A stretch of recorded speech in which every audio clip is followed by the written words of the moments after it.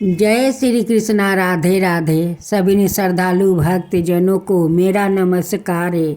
आज मैं सुनाने जा रही हूँ जमराज जी की कथा।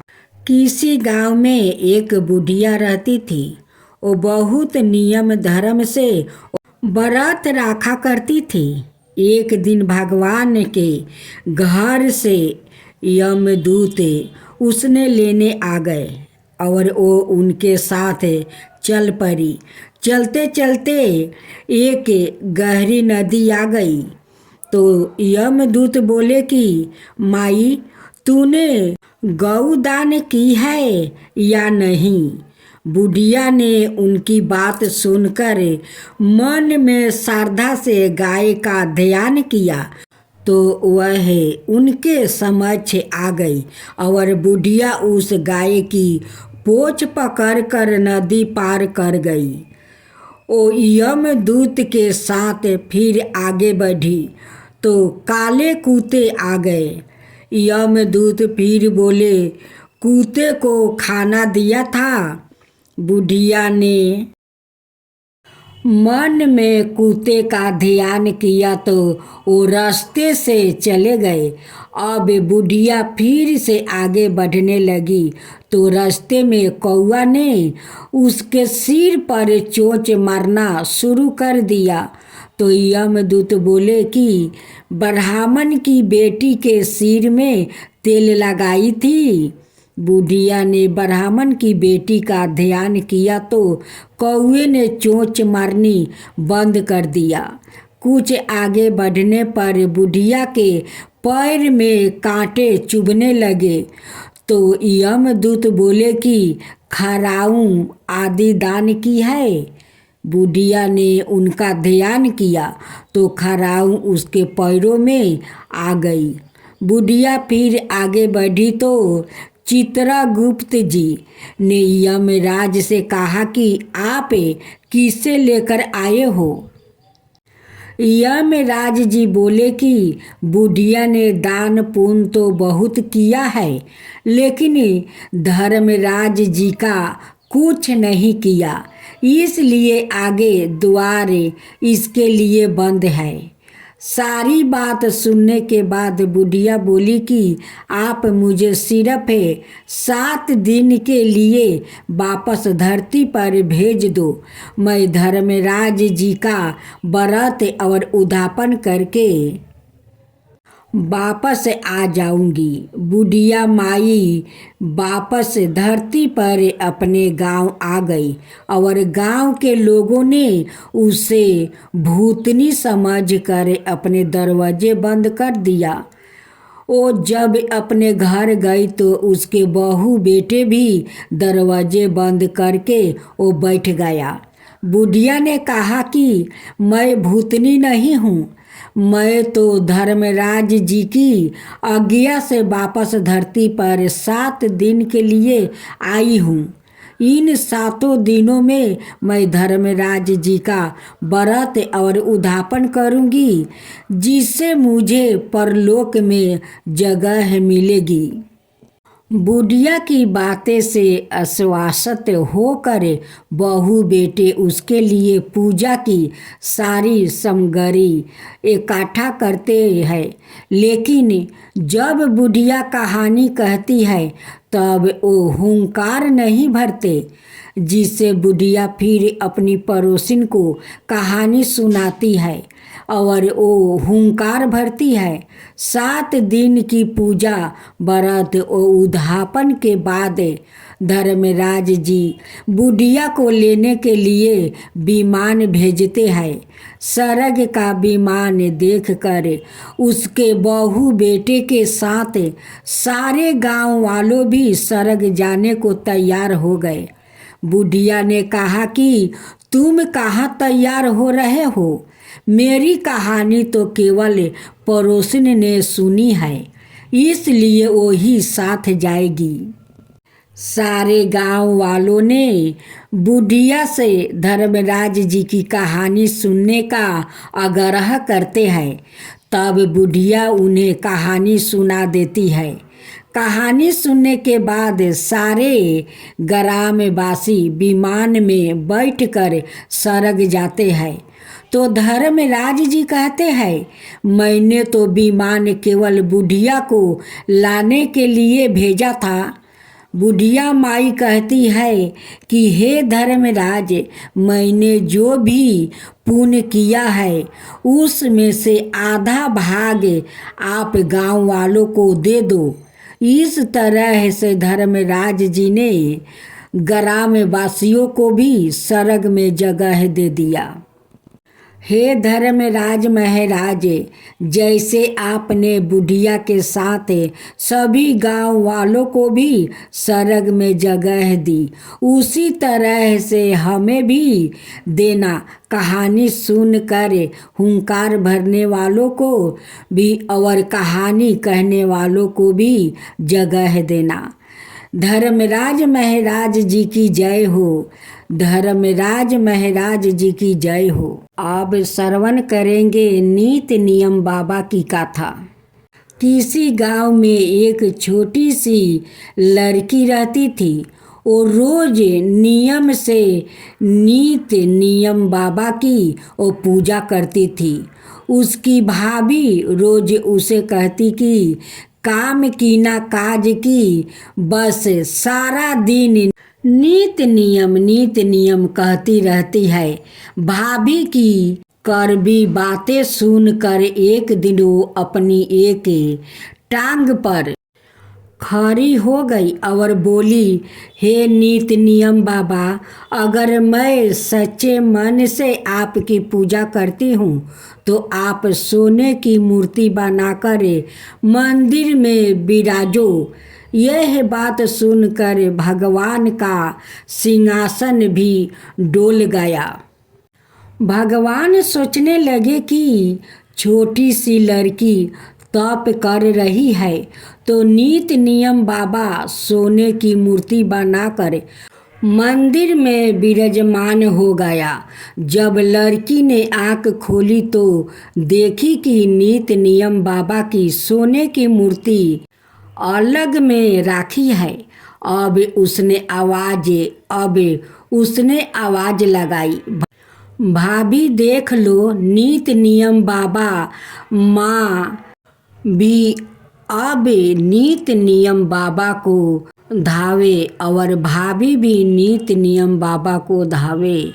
हे नीति नियम बाबा, जैसे आपने उस छोटी लड़की का साथ रखा, कहने वाला का भी, सुनने वाला का भी और हुंकार भरने वाला का भी, सबका ऊपर ख्याल रखना। नीति नियम बाबा सीता माता की कहानी। राम आए लक्ष्मण आए, देश के पुजारी आए, नीति नियम का नियम लाए। आओ राम बैठो राम, माखन मिश्री खाओ राम, दूध बतासा पियो राम, सुत के पलका पोढ़ो राम, साला दुसाला ओढ़ो राम। राम संवारे सबके कामे, खाली घर भंडार भरेंगे, सबका बेड़ा पार करेंगे। जय श्री राम, जय श्री राम। यह कहानी सीता माता कहती थी और श्री राम इसे सुना करते थे। एक दिन श्री राम भगवान को किसी काम के लिए बाहर जाना पड़ा तो सीता माता कहने लगी कि भगवान, मेरा तो 12 बरस का नीति नियम है।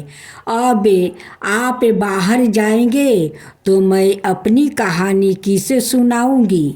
श्री राम ने कहा कि तुम कुएं की पल पर जाकर बैठ जाना और वहाँ जो औरतें पानी भरने आएगी उन्हें अपनी कहानी सुना देना।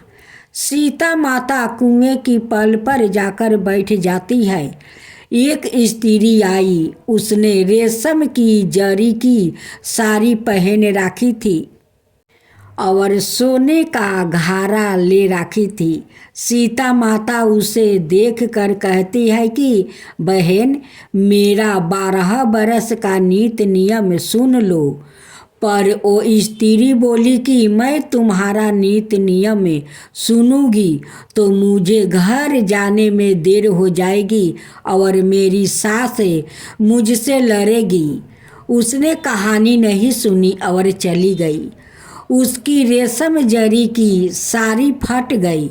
सोने का घड़ा मिट्टी के घड़े में बदल गया। सास ने देखा तो पूछा कि ये किसका दोष अपने सिर पर लेकर आ गई है। बहू ने कहा कि कुएं पर एक औरत बैठी थी। उसने कहानी सुनने के लिए कहा, लेकिन मैंने सुनी नहीं, जिसका यह फल मिला है। बहू की बात सुनकर अगले दिन वही सारी और घारा लेकर सासू कुएं की पल पर गई। सास को वही माता सीता बैठी मिली तो माता सीता ने कहा कि बहन, मेरी कहानी सुन लो। सास बोली कि एक बार छोड़, मैं तो 4 बार कहानी सुनूंगी। राम आए लक्ष्मण आए, देश के पुजेरी आए, नीति नियम का नियम लाए, आओ राम बैठो राम, तपी रसोई जियो राम, माखन मिश्री खाओ राम, दूध बतासा पियो राम, सुत के पलका पोढ़ो राम, साला दुसाला पोढ़ो राम, साला दुसाला ओढ़ो राम, जब बोलो जब राम ही राम, राम संवारे सबके काम, खाली घर भंडार भरेंगे, सबका बेड़ा पार करेंगे। श्री राम जय जय श्री राम जय जय श्री राम जय जय श्री राम। सास बोली कि बहन, कहानी तो बहुत अच्छी लगी। कहानी सुनकर सास घर चली गई और उसकी सारी फिर से रेशम जरी की बन गई। मिट्टी के घड़ा फिर से सोने के घड़े में बदल गया। बहू कहने लगी, सासू माँ, आपने यह सब कैसे किया? सास ने कहा कि बहू, तू दोष लगा के आ गई थी और मैं अब दोष उतार कर आ रही हूँ। बहू ने फिर पूछा कि वो कुएं वाली स्त्री कौन है? सास बोली कि वो सीता माता थी। वो पुराने से नया कर देती है, खाली घर में भंडार भर देती है। वो लक्ष्मी जी का वास घर में कर देती है। आदमी की जो भी इच्छा हो उसे पूरा कर देती है। बहू बोली कि ऐसी कहानी मुझे भी सुना दो। सास बोली कि ठीक है, तुम भी सुन। और सास ने कहानी शुरू की। राम आए लक्ष्मण आए, देश के पुजेरी आए, नीति नियम का नियम लाए, आओ राम बैठो राम, तपी रसोई जियो राम, माखन मिश्री खाओ राम, दूध बतासा पियो राम, सुत के पलका पोढ़ो राम, साला दुसाला पोढ़ो राम, साला दुसाला ओढ़ो राम, जब बोलो जब राम ही राम, राम संवारे सबके काम, खाली घर भंडार भरेंगे, सबका बेड़ा पार करेंगे। श्री राम जय श्री राम जय श्री राम जय श्री राम। कहानी सुनकर बहू बोली कि कहानी तो बहुत अच्छी है। सास ने कहा कि ठीक है, इस कहानी को रोज कहा करेंगे। अब सास बहू रोज सवेरे उठती, नहाती धोआती और पूजा करके बाद में नीत नियम की सीता की कहानी कहती। एक दिन उनके यहाँ एक पड़ोसिन की औरत आई और बोली कि बहन, जरा सी आँच देना तो। वो बोली कि आँच तो अभी हमने जलाई ही नहीं। पड़ोसिन ने कहा कि तुम सुबह 4 बजे से उठकर क्या कर रही हो? फिर उन्होंने कहा कि सुबह उठकर हमें पूजा करते हैं, फिर सीता माता की नित्य नियम की कहानी कहते हैं। पड़ोसिन ने उनकी बात सुनकर फिर कहा कि सीता माता की कहानी कहने से तुम्हें क्या मिला? वो बोली कि इनकी कहानी कहने से घर में भंडार भर जाता है, सारे काम सिद्ध होते हैं, मन की इच्छा भी पूरी होती है। पड़ोसिन कहती है कि बहन ऐसी कहानी तो मुझे भी सुना दो। फिर वो बोली कि ठीक है, तुम भी यह कहानी सुन लो। राम आए लक्ष्मण आए, देश के पुजेरी आए, नित्य नियम का नियम लाए, आओ राम बैठो राम, तपी रसोई जियो राम, माखन मिश्री खाओ राम, दूध बतासा पियो राम, सुत के पलका पोढ़ो राम, साला दुसाला पोढ़ो राम, साला दुसाला ओढ़ो राम, जब बोलो जब राम ही राम, राम संवारे सबके काम, खाली घर भंडार भरेंगे, सबका बेड़ा पार करेंगे। श्री राम जय श्री राम जय श्री राम जय जय जय राम। सारी कहानी सुनने के बाद पड़ोसिन कहने लगी, बहन कहानी तो मुझे बहुत अच्छी लगी।